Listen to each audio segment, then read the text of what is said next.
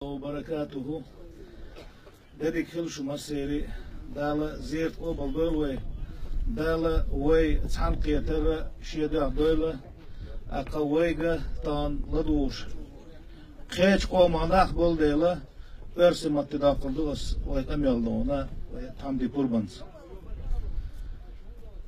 Дорогие и близкие сердцу моему, мои соотечественники и мои братья, позвольте мне в самом начале своего выступления передать вам волю мира, волю согласия, волю терпения и скорби, которую выпала мне честь передать вам сегодня от имени национального лидера народов Чеченской Республики, героя России, главы Чеченской Республики Рамзана Ахматовича Кадырова.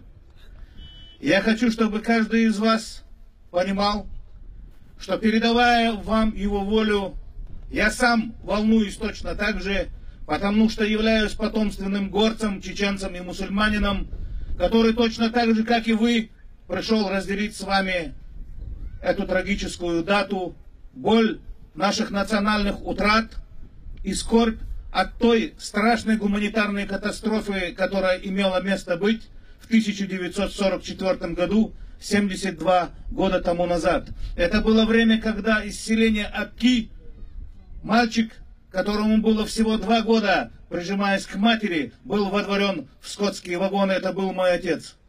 Я хочу сказать вам, что память — это не просто потертая книга, которую можно бросить в костер и в единочасье сжечь.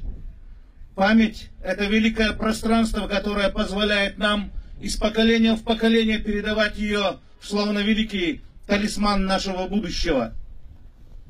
Эта память имеет несколько свойств. Прошло 72 года, и мы с вами должны понимать, что у этой памяти есть свое пристанище. И этим пристанищем нашей с вами трагической памяти в этом пристанище не должны иметь место такие шайтаны, как ненависть, месть или нетерпение. Это должно быть пристанище для согласия, для любви, для милосердия, которые были исторически присущи великому войнавскому народу. Да, сегодня тот день, когда мы со скорбным придыханием называем такие нации, как чеченцы, ингуши, карачаевцы и балкарцы. Это те народы, которые несправедливо были высланы с насиженных мест. Мы сегодня, будучи мудрыми, будучи единой семьей, будучи частью великой российской нации, должны сегодня понимать, что в наших с вами горестях русский народ не виновен.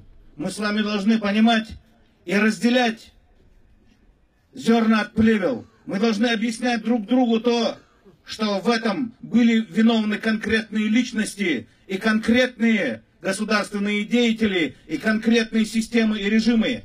Если мы с вами говорим о великих кинжальных боях, в которых героически погибали наши предки, то это были бои с царским самодержавием. Если мы с вами говорим о нашем сегодняшнем скорбном дне, а 23 февраля, мы с вами должны понимать, что не русский народ пришел изгонять нас из родных селений, а пришла сталинско-бериевская клика, которая между собой там, где-то в кремлевских пенатах приняла такое страшное преступное решение.